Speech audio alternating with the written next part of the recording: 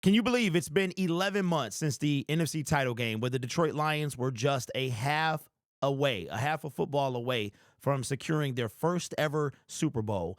And because we didn't, we thought that this year could be a year that we would make a giant stride, and we did exactly that. We came out the gate, went 1-1 in our first two games, and from week 3 all the way to week 15, we did not lose a single game in between week 3 and week 14. 90 calendar days, and we lost to not only the potential MVP of the league, but a very, very difficult Buffalo Bills team. But we are down players on defense. Check this out. We have 20 players on IR. I went and I counted. There are 14 from defense that are on that list, and the other guys are like Connor Galvin and stuff like that.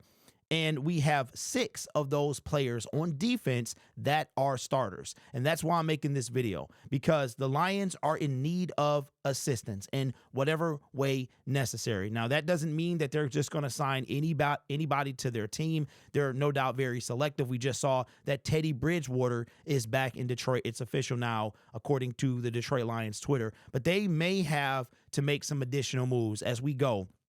The Lions only have, believe it or not, we have a minimum of 3 games. If we make it to the Super Bowl, we only got 6 games left in the NFL season. So it's going to be somewhere between 3 and 6 games, and then the NFL season is going to be over. And the Detroit Lions are trying to make do with what they have. And even with the hit that we have taken on defense, we got the right group of guys in here that we are starting to leave a mark, right? That we're able to still win games, but we didn't lose any bodies, thank goodness, in the Chicago Bear game, and it felt so good. But with the run that we're trying to make, could the Detroit Lions be interested in bringing Shaq Barrett in for a playoff push? Here's what came from Adam Schefter earlier today. I think this is very interesting. Check this out. Says the Miami Dolphins are waiving former Pro Bowl edge rusher Shaq Barrett from the reserve retired list today. Barrett can play again this season if he clears waivers Friday. If another team claims him, then Barrett would be ineligible to play the rest of the season. We appreciate the Dolphins giving Shaq this opportunity to continue his career in the NFL, said Barrett's agent Drew Rosenhaus. Hopefully he will pass through the waivers and become a free agent so he can play again this season. He is in great shape and would be ready to play immediately. Now, there is some juiciness to this. So Shaq Barrett, shout out to my guy Gage with Denver Broncos Syndicate. I couldn't remember why he had retired, what was going on. And he was the one that his daughter, who was 2 years old, drowned in a pool over.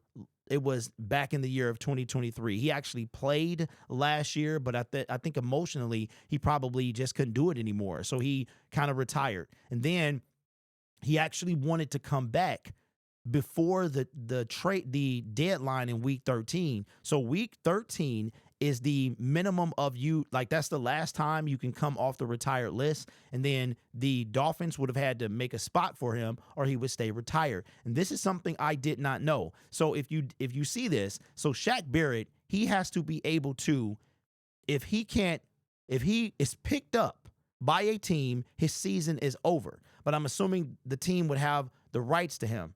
And if he clears waivers, then he can play for another team this year. So if he's claimed, his season is over. If he clears, he can sign with a team and play this year. Now, that's going to be intriguing. I don't really see any team picking him up. Like the Tennessee Titans picked up David Long. By the way, David Long, he failed his physical. That could be a reason why the Detroit Lions waived him the other day. Maybe I don't understand. I don't know what's going on with that, but we'll definitely be looking into that. But would you take Shaq Barrett? Like I said, there is nobody that I wouldn't take at all, especially on defense. You guys were screaming in the comment section when we signed Teddy Bridgewater that we need defense, and here it is. Anybody else? Jason Pierre-Paul doesn't look like he's going to play this season. I was unable to speak that into existence. But anybody that can come, the thing about it is his mental. Is he good to go? I would say if he's had all year, he played, and he probably didn't deal with grief the right way. I don't know, right? But he played through it. Maybe that was his way of dealing with grief. And then it caught up to him, and he's like, yo, I can't go forward. And, I think sometimes that these players, football means so much to them, right? And it helps them through some of the things that they go through in life. So would I be mad at this? I wouldn't. Let's take a look at what Shaq has been able to do. Now, he didn't play at all this year. It's funny because he was actually, he played his first 4 years with the Denver Broncos and then his last 5 with the Tampa Bay Buccaneers, coming off a 16-game season where he had 4.5 sacks in that year. So here's the deal. We need all the help we can get. And rushing the passer is a problem. It's a problem. Now, we saw what happens with a guy like Josh Allen. Josh Allen is an anomaly. Him, Lamar Jackson, those guys. I would put those two guys before Patrick Mahomes. Patrick Mahomes, he's kind of he's a scrambler, but that's not what part of his game is not to scramble. Like, it's not a design play. I don't think I've ever seen really Patrick Mahomes consistently take a snap and instantly run, right? Josh Allen, Lamar, that's what they do. It's part of the game plan. So we saw how difficult it was to get to Josh Allen, who's a freak, right? Lamar Jackson, as much as I can't stand that whole fan base and everything, he's also a freak. I watched the game yesterday, also a freak. We need all the help we can get. And we saw against Caleb Williams in week 16, we didn't touch Caleb until like the fourth quarter. And then one was by a secondary player, I believe. It was Mohammed and somebody else. One was from the secondary, I believe. We got to be able to get to the quarterback. And Shaq Barrett, I know he's a linebacker, blah, blah, he rushes the passer. That's what we need at this point. A guy to rush the passer. So, again, there's not a single person I'm going to turn down when it comes to playing for this team. So I expect him to clear waivers because why would anybody claim him?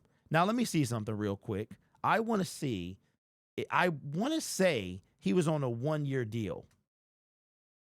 He was on a 1-year deal because if he was on a multi-year deal, then maybe that would be incentive for another team to pick him up. Yep, he signed a 1-year deal. So nobody's going to claim him off waivers because that would be stupid.